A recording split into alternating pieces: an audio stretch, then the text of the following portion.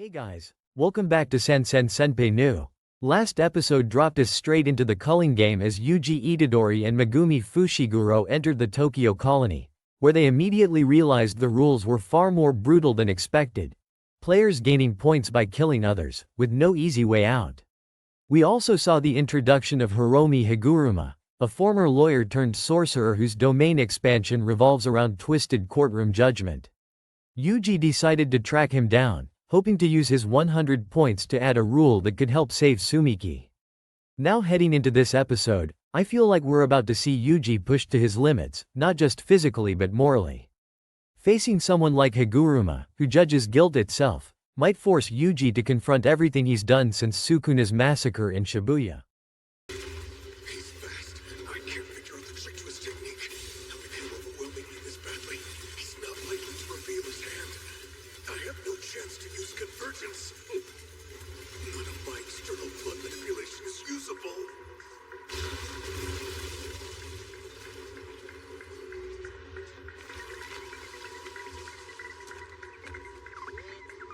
You're persistent. Seriously though, what are you? An older brother with 9 younger siblings. Flowing red scale. Stuck. Good to know, but that's not what I asked. I want to know why you're so tough. About that technique of yours. Huh.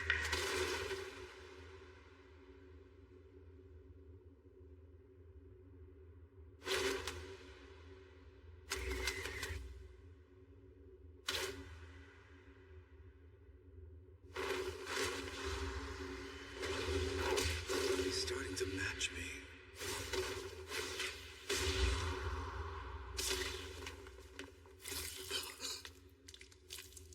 I see what he's up to. Flowing red scale, huh? He's focusing that power on his external eye muscles to improve his kinetic vision. You can't beat me. I can counter your moves before you even know you'll make them. Since you're so persistent, I went ahead and used my weapon. Don't worry.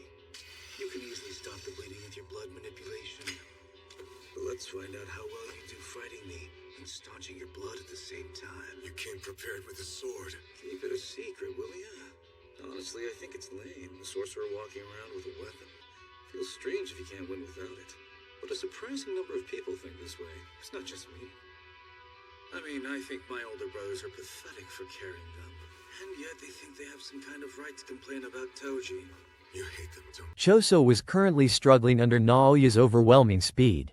Every movement from the opponent came so fast that he could barely keep up, and worse, he still couldn't perceive the cursed technique behind it.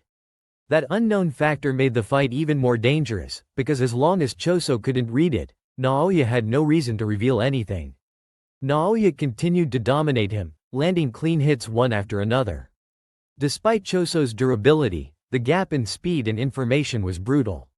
During the exchange, Naoya even took a moment to assess him, remarking that Choso was unusually tough. He casually asked who he was. Choso answered without hesitation that he was the eldest brother among 10 siblings. But Naoya dismissed the answer entirely, uninterested in identity. What he wanted was technique, ability, and how far Choso could be pushed before breaking. Then, unexpectedly, Choso activated his blood manipulation technique. Markings across his face shifted and new patterns emerged as he pushed his cursed energy further, refining his perception. The moment changed, his senses sharpened. Naoya suddenly launched forward again at terrifying speed, but this time, Choso reacted. He managed to track him, proving he had adapted. Naoya quickly realized what was happening. Choso had enhanced his perception by concentrating cursed energy into his ocular nerves, improving his ability to read movement. Even so, Naoya remained one step ahead. He effortlessly slipped through Choso's counter and drove a blade straight into his body. He had anticipated the reaction from the very beginning, treating Choso's adaptability as part of the equation. Blood spilled heavily from the wound, and Choso's condition worsened. Naoya explained that blood manipulation techniques could normally stop bleeding easily, which was exactly why he chose a blade that interfered with that process. In this state, forced to both fight and stabilize his body, Choso was at a severe disadvantage. Naoya even mocked him, telling him to keep the fact that he carried weapons a secret, as it would be embarrassing for a sorcerer. Yet at the same time, he admitted that without such tools, winning would be impossible. Strangely, he seemed to acknowledge that many sorcerers shared his mindset. He then insulted his own brothers, calling their reliance on weapons pathetic, and questioned how they could ever speak poorly of Toji. That statement surprised Choso. He hadn't expected Naoya to harbor such hostility toward his own family. Naoya coldly replied that a brother weaker than his siblings had no reason to exist. In his worldview, weakness itself was unforgivable. But Choso's thoughts shifted. He began to understand that perhaps Naoya's twisted personality had been shaped precisely by those around him. Whether strong or weak, older siblings become examples for the younger ones. A strong brother shows a path forward, while a flawed one teaches what to avoid. By that logic, Naoya's strength may have been born from the weaknesses of those above him. Choso, Your older brothers. I do hate them. Older brothers less competent than younger brothers serve no purpose. Actually, I think they deserve to be hanged. You should have gratitude towards them. Your older brothers have shaped who you are today. That is the most disgusting thing I have ever heard. Please don't gross me out. Whether or not older brothers are competent, they set an example for their younger brothers. If I make mistakes and go down the wrong path, then my little brothers can avoid that path. And if I go down the proper path, then my little brothers can follow after me. What would you do if you were strong because your older brothers proved weak? You ask me why I'm tough. I'll tell you. I never had an example. I had to make many, many mistakes. And yet, I kept walking in front of my younger brothers, and that made me strong. What's he going on about? And how is he still alive after bleeding so much?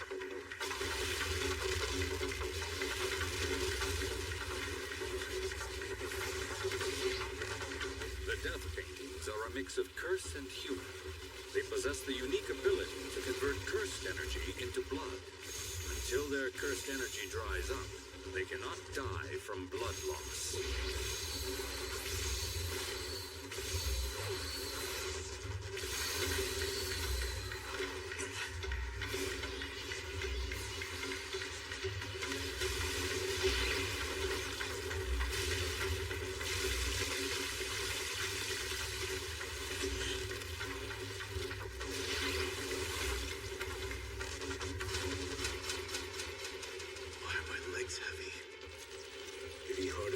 Seeped into the fabric of my shoes. Do you understand now? This is checkmate.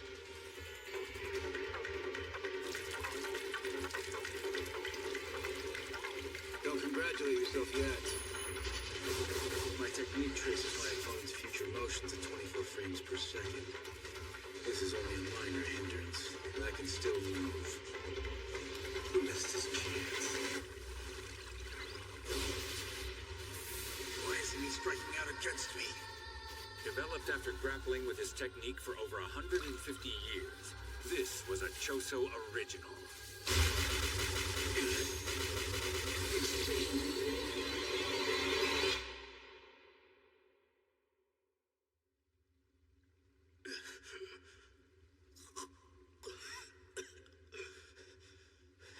then reiterated Naoya's earlier question about his stubbornness. He admitted he had no one to guide him, so he had learned through constant failure. Even so, he kept moving forward, always staying ahead of his younger brother. That, he believed, was the reason he had become strong. Blood from his wound pooled beneath him and spread outward.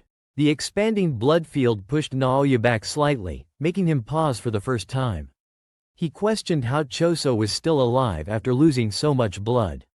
It was then revealed that Choso was a hybrid of cursed spirit and human. His body could convert cursed energy directly into blood.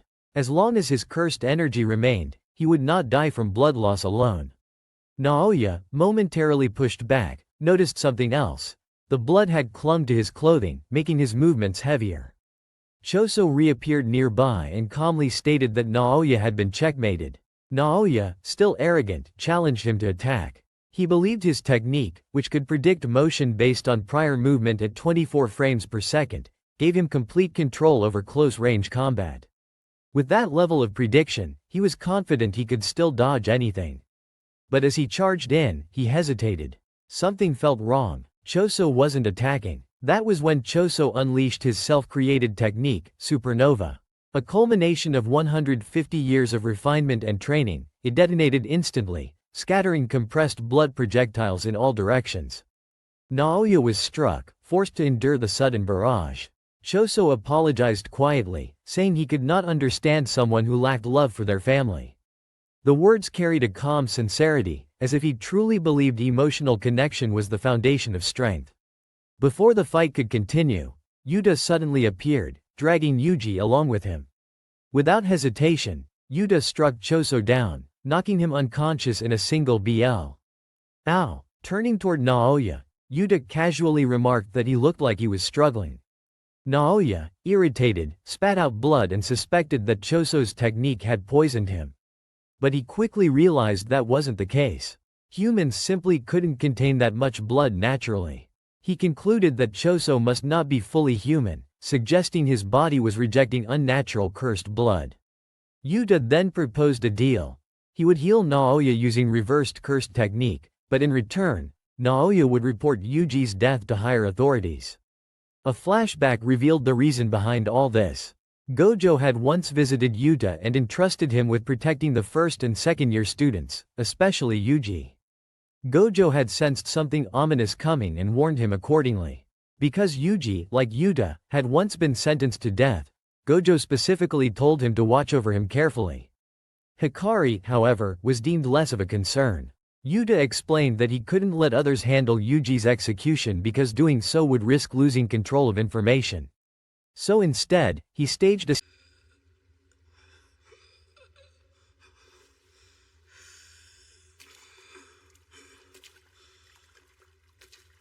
I'm sorry, but I can't understand how you never loved your brothers.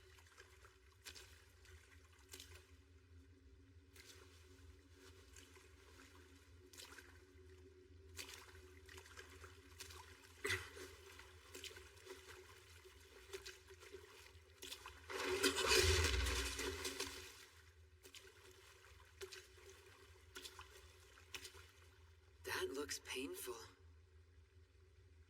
Now, yeah. Don't look down on me.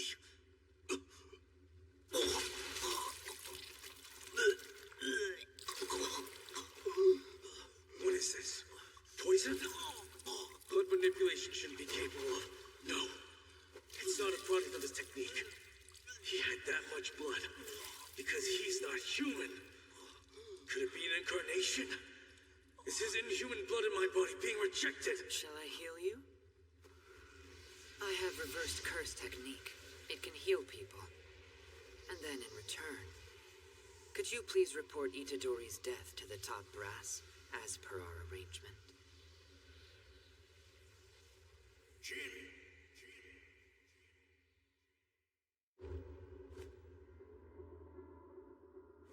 Yes, Father, what is it? But if you want to talk about her again, then I'm going home. Look, Jin, you're free to live your life whichever way you choose. However, you have to stay away from that woman, or you'll die. I'm alive, but how?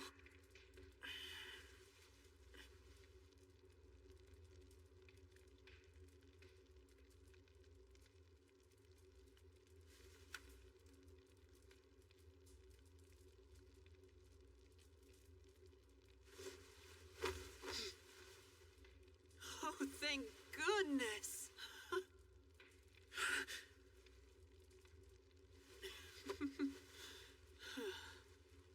It was September, I think.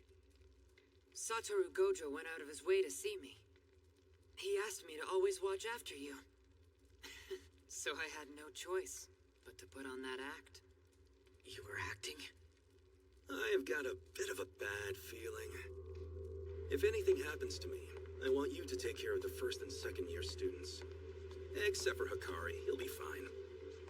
If anything happens, scenario where he personally carried out the execution. But to make it convincing, he had formed a binding vow with higher-ups requiring him to kill Yuji. Yuji, confused, asked how he could still be alive after being killed. Yuta revealed the truth. He had used reversed cursed technique the moment Yuji's heart stopped, restoring him immediately. It was a calculated risk, but one he believed would work. However, since this was the second time Yuji's death had been staged, there was a high chance the deception would eventually be exposed. Yuji then asked why Yuta would go so far for him. Yuta answered simply that the people he cared about were also people who cared about Yuji. He admitted that he once carried a power he couldn't control, much like Yuji, but the difference was that Yuji never chose this burden. Because of that, Yuji was not at fault for anything. Yuji, however, disagreed. To him, it wasn't about blame, it was about the fact that people had died. At that moment, Megumi arrived, urging Yuji to return to Jujutsu High. The barrier around the school had weakened, making it possible to slip in unnoticed. But Yuji cut him off sharply, refusing to pretend everything was normal. He shouted that he had killed people, and many had died because of him. Megumi responded calmly, saying it wasn't just his responsibility, it belonged to all of them. They weren't heroes or symbols of justice. They were jujutsu sorcerers. No one had the authority to judge them, so they had to keep moving forward and prove their existence through action. Their job was simply to save people. That, he reminded Yuji, was the reason he had chosen this path in the first place. But Yuji still struggled. He felt that as long as Megumi stayed beside him, more suffering would follow. Megumi then told him to start by saving him first. He revealed that Kenjaku had created a system where selected people gained cursed techniques and were forced into a killing game called the Culling Game. Megumi's sister, Sumiki, had already been dragged into it. To explain the situation, Megumi laid out the rules of the Culling Game. Players must declare participation within 19 days after awakening their cursed technique, or lose it. Non-players become participants upon entering barriers. Points are earned by killing others, and points can be exchanged to modify rules under strict conditions. Failure to act results in losing cursed techniques entirely. Yuji realized something deeper. Sukuna's presence might be connected to Megumi's situation. He also suspected Sukuna's control issue in Shibuya came from consuming 10 fingers at once, and now he held 15. Even if he consumed the remaining fingers, he believed Sukuna still wouldn't fully take control. Still, if Sukuna appeared again, Yuji asked Yuta to kill him without hesitation. Yuta agreed. Megumi then instructed Yuji to return to Jujutsu High and meet Tengen to learn how to unseal Gojo and understand Kenjaku's true goal. The Culling Game. Trouble with a woman? I'm glad to see you developed a sense of humor, Yuta. No, I'm serious. I just can't imagine anything happening to you, Gojo. Well, just in case, take special care of Yuji Itadori. He's been sentenced to secret execution like you were. It would be a big help to me if you looked out for him. Oh, by the way, how's Miguel? He said he didn't want to see you. This act was the best option to prevent someone else from being sent to execute you, and to cut off any information about you to others as well. Then again, they're not idiots either. So before they would approve me as the executioner, headquarters made me forge a pact to make sure I did it. That's the reason I actually had to kill you for a moment. I'm real sorry about that. Wait, if you killed me, then how am I still alive? Reverse curse technique. I used my reverse curse technique the moment your heart stopped to immediately heal you. I figured it would work based upon all the things I've heard about you before. I guess I was right.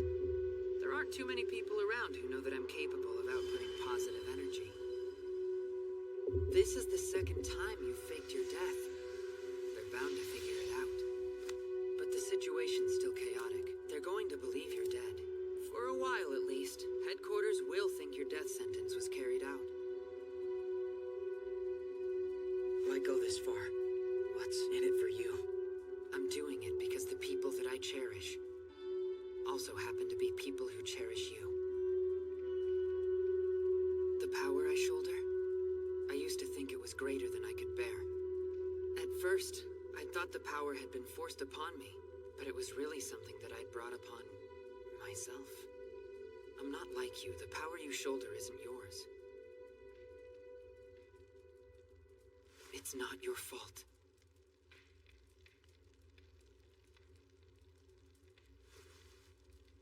That's not true. You don't get it. It isn't a matter of who's to blame or not. I killed them. It was me. Itadori!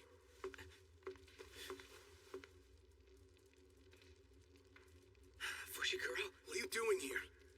We're going back to Jujutsu High. The barrier surrounding the school has been weakened. It should be safe for you to return there again. So long as no one sees your face.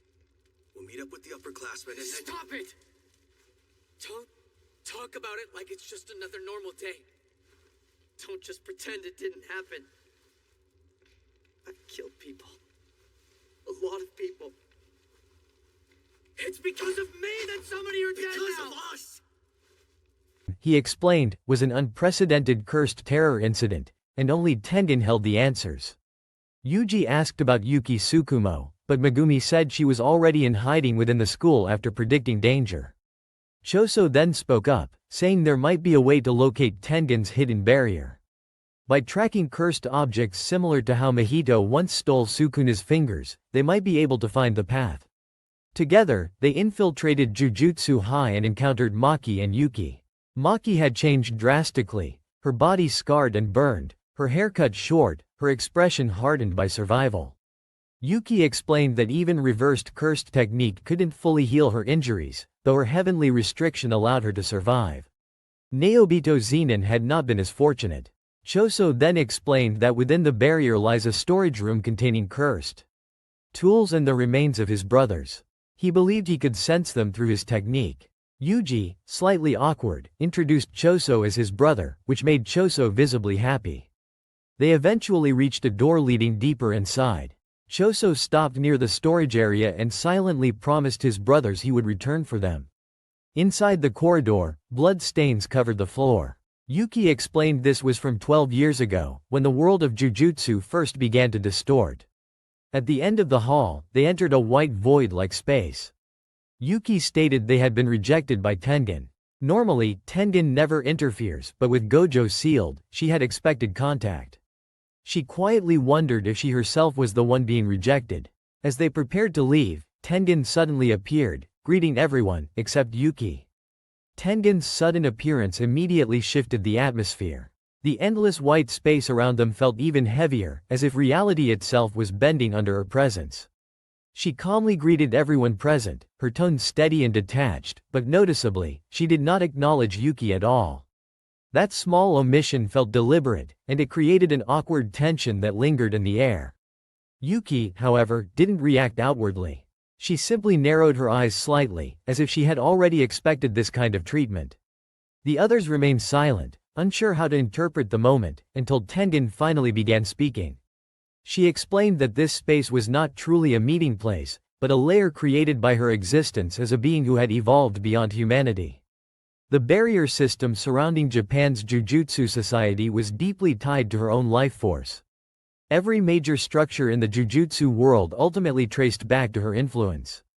But now, something had changed. Tengen revealed that Kenjaku's actions had disrupted the balance. With Gojo Satoru sealed, the protective equilibrium maintained by the Six Eyes had been broken.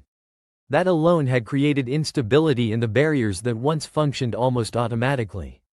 She continued, explaining that Kenjaku's true objective was not simply chaos, but forced evolution. The culling game, she said, was not just... Of course you would say that. You can't give up. Just because you want to.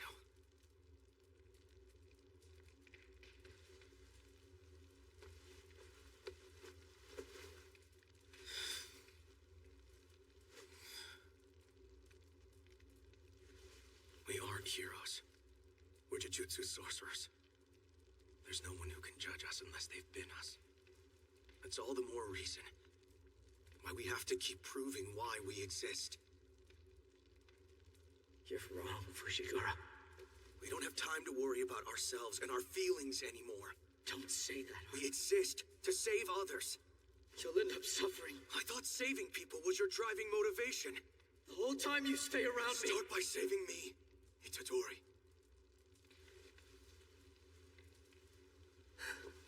Moritoshi Kamo has set up a death game between those he granted curse techniques. The culling game. Tsumiki has been drawn into this game too.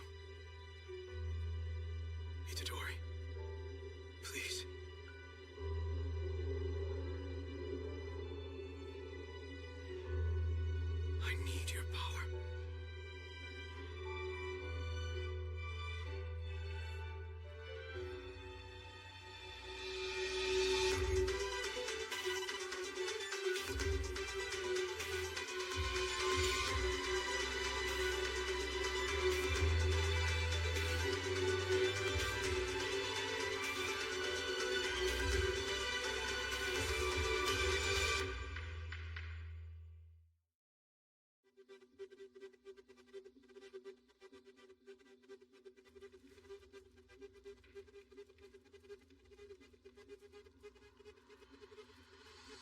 Okotsu, I need your help.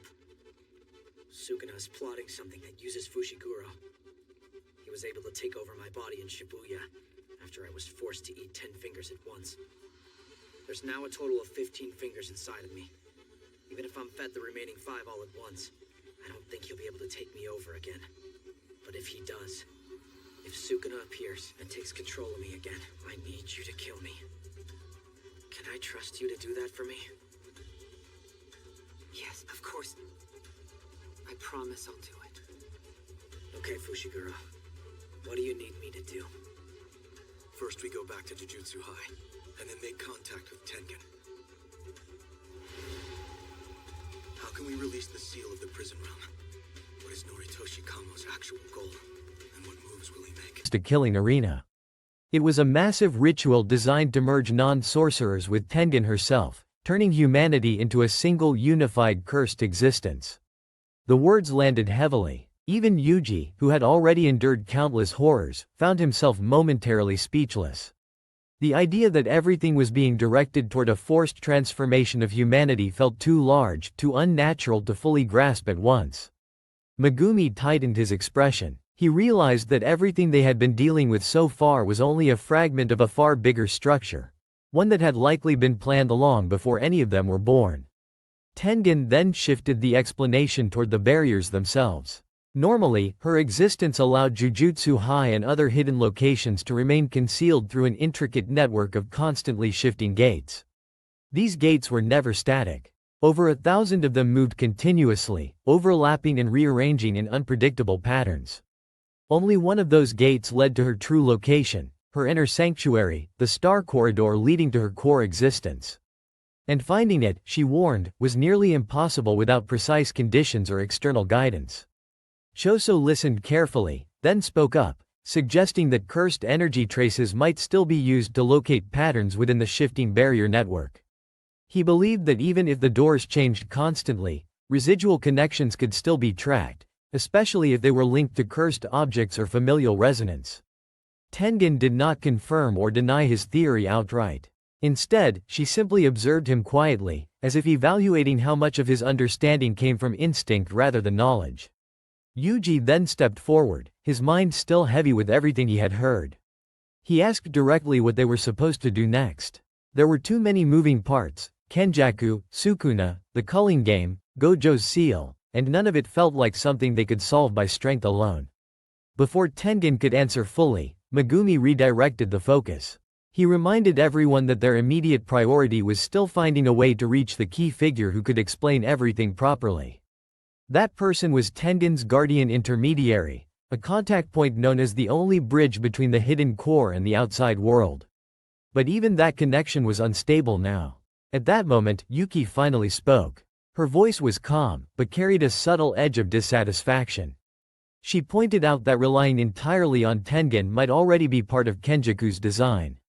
If their enemy had anticipated every move, then even this meeting might have been allowed to happen for a reason. Tengen did not disagree. Instead, she acknowledged that Kenjaku's understanding of barriers was dangerously close to her own. That was what made him so difficult to predict. Unlike most sorcerers, he didn't simply fight within the system. He studied its foundation and rewrote its rules. A brief silence followed. Then Tengen revealed something even more important. The merger she had mentioned earlier was not a distant possibility. It was already being prepared. The culling game is an unprecedented act of Jujutsu terrorism, and we need answers to those questions to resolve this situation. I think that Tengen might be the only one capable of answering them. What about that woman? Maybe Tsukumo knows. I've already spoken to Tsukumo. In fact, this whole thing was her plan. She's also hiding away at Jujutsu High. Hiding away from what? Apparently she doesn't want to deal with the higher-ups. However, the problem is Tengen's concealment barriers. Within the barriers, there are 1,000 constantly shuffling doors. Only one leads to the Tombs of the Star where Tengen resides. So unless we pick the right door, we can't meet with Tengen?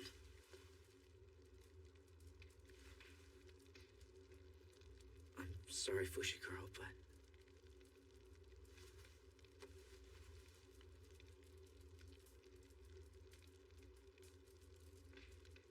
I need to ask you something.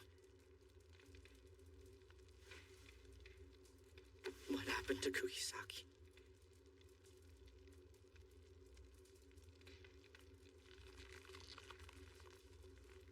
I see. All right.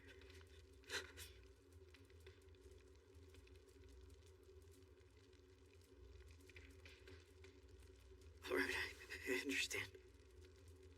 So about the concealment barriers. I have a good workaround for that. How long has he been listening? What's the workaround? Tell us. You remember when Mahito stole Sukuna's fingers and the death paintings? We're going to do the same thing.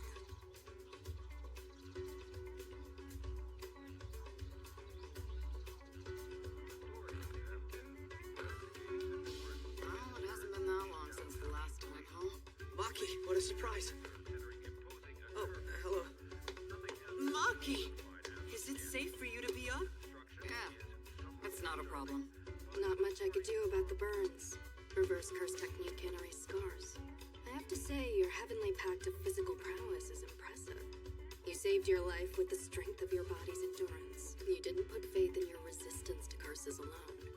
It's a shame the clan head didn't make it. It's not like it was a competition or something. Megami, how's it going with Tengen's barrier? Well, you see, let me explain. On the way to the Tombs of the Star is the Forbidden Vault. Inside that vault are Jujutsu High's cursed tools and cursed objects. Plus, The culling game was essentially a filtering process. By forcing sorcerers and non-sorcerers into constant conflict, cursed energy would accumulate and stabilize into a single massive system. Once that reached completion, humanity itself would no longer exist in its current form. Yuji lowered his gaze slightly. The weight of responsibility and helplessness pressed against him again, but this time it was different.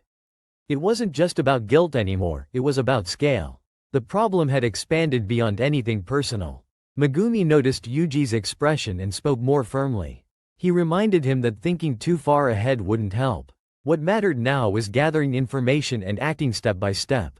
First, they needed to locate the key route through Jujutsu High and reach the necessary source that could help them understand Kenjaku's plan more directly. Tengen then turned her attention to Yuji specifically. Her gaze lingered on him for a moment longer than the others. She noted the presence within him, Sukuna's influence, and acknowledged that his situation remained one of the most unstable factors in the entire equation. She did not offer comfort, only observation. To her, Yuji was not just a boy carrying a curse, but a variable that could determine the direction of everything to come. At that moment, Choso stepped forward again.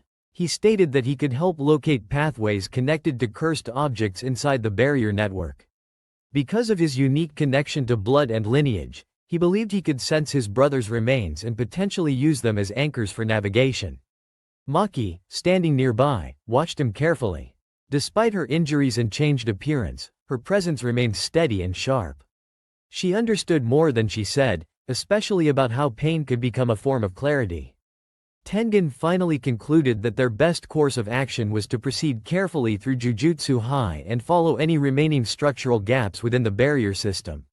Even if Kenjaku had anticipated many outcomes, there were still fragments of unpredictability left. As the discussion settled, Yuji quietly stepped back for a moment. His thoughts drifted briefly to Nobara. He still hadn't received a clear answer, and the silence around Megumi's reaction earlier continued to linger in his mind. That absence of confirmation felt heavier than any explanation, but there was no time to dwell on it. Megumi placed a hand on Yuji's shoulder and told him they needed to move. The world was already shifting too fast to afford hesitation. Yuji nodded slowly, even though the unease in his chest didn't disappear. Around them, the white space of Tengen's domain began to distort slightly, signaling that their meeting was nearing its end. The fragile connection holding them there would not last much longer. As everything prepared to shift again, one thing became clear to everyone present. They were no longer dealing with isolated incidents or individual enemies. They were standing at the edge of a system designed to rewrite humanity itself. And whether they were ready or not, the next step had already begun. Remains of my brothers, Naranso, Shouso, Tanso, Sanso, Kotsuso, and Shoso. Even though it's just their remains, I should be able to sense their presence using the side effect of my technique. Good for you. That's really great to hear. But who are you? Well, for now, I guess you can call him my older brother. Let's go. That's the one. I'm certain of it. My younger brothers are resting right beyond this door. I'm opening it.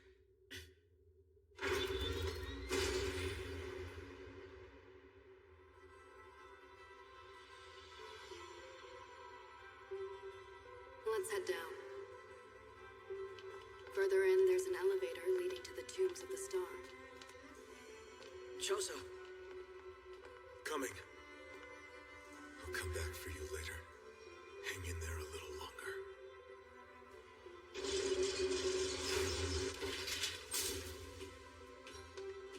Bloodstains. I wonder what happened. It was 12 years ago. Thinking back on it now, that's when all the distortion started. Can't just be a coincidence, can it?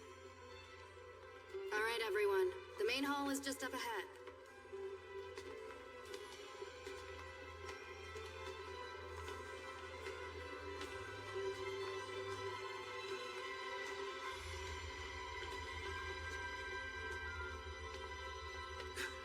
There's nothing here. This is the main hall? No, he's declining to speak with us. Tengen won't interfere with reality. I thought if there was ever a chance to reach him, it would be now, while the Six Eyes are sealed away. I was obviously naive. It's not all of us being rejected, but just me. We should head back. Tsumiki doesn't have time to spare. Leaving so soon. It's nice to meet you, child of Zenin, descendant of Michizane, cursed wound death painting, and at last, it's the vessel of Sukuna.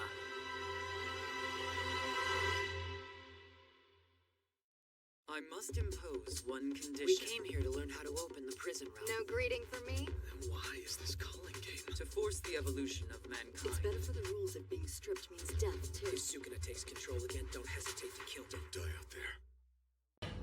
Alright, that is for today's lesson. Thank you so much for spending your time with me here on Sunset Smile.